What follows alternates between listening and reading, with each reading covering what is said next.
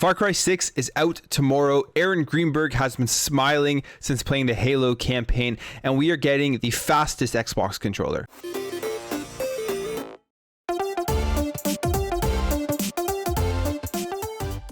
All right, guys, before we jump into this, I just want to remind you that my merch is now available. Shirts like this at plumegear.com, and the link to that website will be in the description below. So I was lucky enough to actually get an early copy of Far Cry 6, being part of the Ubisoft Canada Guild. Ubisoft sent me over a game code for the Xbox Series X and S, and I've been playing it for the last week or so, put in about 20 or so hours into it. I haven't completed the game. It is a massive game, and I haven't completed the story or anything like that, but I want to give you my quick first impressions about how I feel about Far Cry 6. So I did a stream the other day giving you a preview, and I talked about kind of some of the mechanics in the game, what you can do, my overall kind of beginning thoughts on it, and those thoughts really have not changed since I've been playing it over the last couple of days. Far Cry 6 at the end of the day is just an absolute blast to play. There is so much to do in the game world. The world itself is beautiful, and if you're playing on the Xbox Series X and S, it runs great. I've played it both on the X and the S, and on the X it's running at 4K 60, and on the S I believe it's running at 1080p 60, and I've seen very little hiccups when you're playing in terms of frame rate drops, even when there's big explosions and a lot going on. Some of my favorite things about the game is the upgradable system, being able to customize all of your weapons and all of your gear and determine really how you want to play, whether you want to be faster, slower, better against poison, have better defense, all that kind of stuff. I love the vehicle play and the traversal in the game. There are so many different vehicles. I really like the amigos that you get. So you start off with like a crocodile, but you can get a dog, a cyber dog, a panther, chorizo, which is a dog who with only 2 legs and has wheels for his back legs. A really cool character in the game. All the side missions, like even the cockfighting in the game, is a ton of fun. There's like a racing side game where you have to do these in order to get more parts for your vehicles to upgrade your main vehicle that you can call at any time. And there are so many different side missions and side things to do all the time. When you're running through the world, you'll just see random stuff organically happen, like a horse running by, a horse on fire, a rooster attacking stuff. Like, it's pretty crazy just the amount of organic stuff that happens in this game as you go through it. And I would say my main takeaway from what I've played so far with Far Cry 6, like I said at the beginning of this, it is just fun. And to me, that's the most important part about video games, is how much fun you're having when you're playing. And I think with Far Cry 6, you will have a ton of fun playing this game. But that's just my first impressions. I haven't completed the entire game whatsoever. I am going to definitely complete this entire game because that's how much fun I've been having with it. If you're a Far Cry fan, I think you will enjoy this game. If you're a newcomer to the series and you like open world adventures with the Ubisoft style gameplay loop, you will definitely enjoy this game.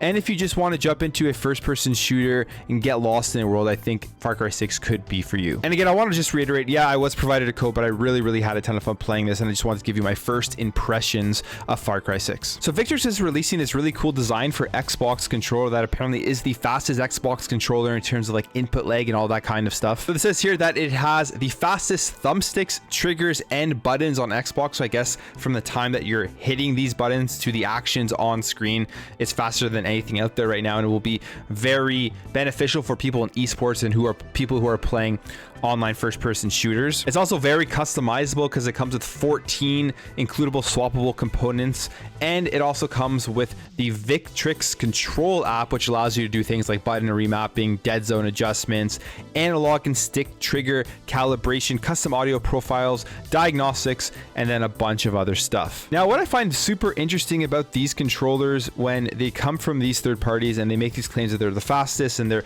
better than anything out there, is how will they compete against the Xbox Elite controller? Because the Xbox Elite controller right now for Xbox players is probably the premier controller out there that people want to use in terms of comfortability, how easy it is to customize just with the Xbox app on your console. But then you have something like this. Now, it is a wired controller, so that will probably make it faster, because I believe to have like the best input lag and all that kind of stuff, it needs to be wired to the console. Will probably help out those esports gamers. And overall, it looks interesting. It's definitely has a lot of design elements going on.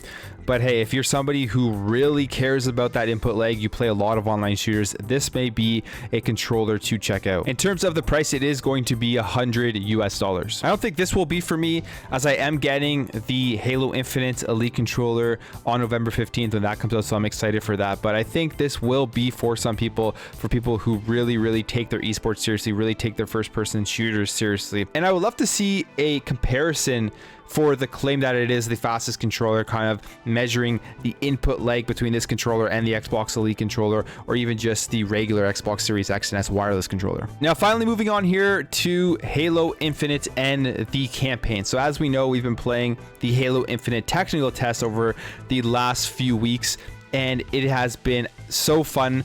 The gameplay, I think, is really good. They have a good core foundation for this game to continue to build off of and improve and tune and do all that kind of stuff. But we are still waiting to see more about the Halo Infinite campaign, as this is releasing on December 8th with the multiplayer. We've only seen that first original trailer that, I mean, got a lot of hate because of the way that it looked. And we can tell from the multiplayer technical preview that the graphics have been greatly improved, which pretty much means that the campaign is going to be greatly improved in terms of its visuals, and it's going to look great when it does come out. But we haven't seen any other trailer, we haven't seen any other preview of it yet, and I think people are really getting antsy and wanting to see more. But we did at least get this from Aaron Greenberg, who was replying to a Benji sales tweet just talking about all the fun he's been having playing Halo Infinite over the weekend. And he responded back to Aaron Greenberg, who quote tweeted him saying, "Absolutely loving Halo Infinite multiplayer. 343 have done a tremendous job, as fun as the tech tests are. I can't wait for the full launch in December. Game plays and looks amazing."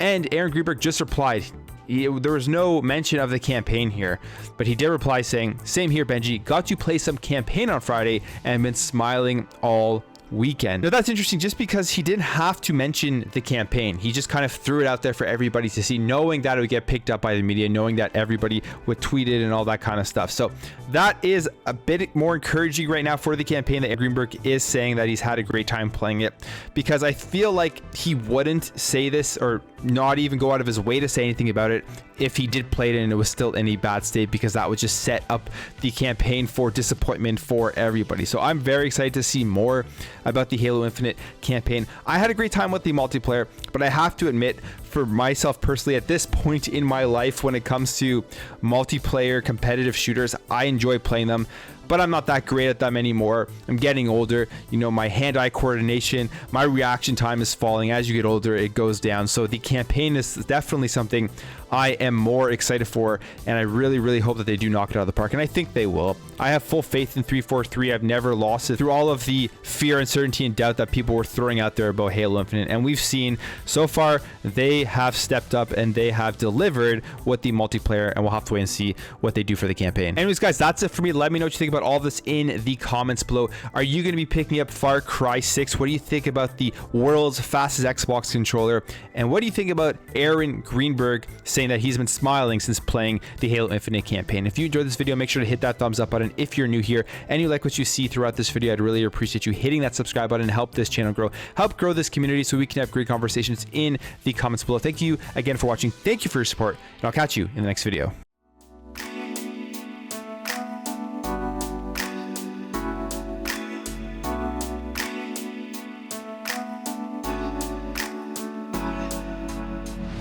Bye.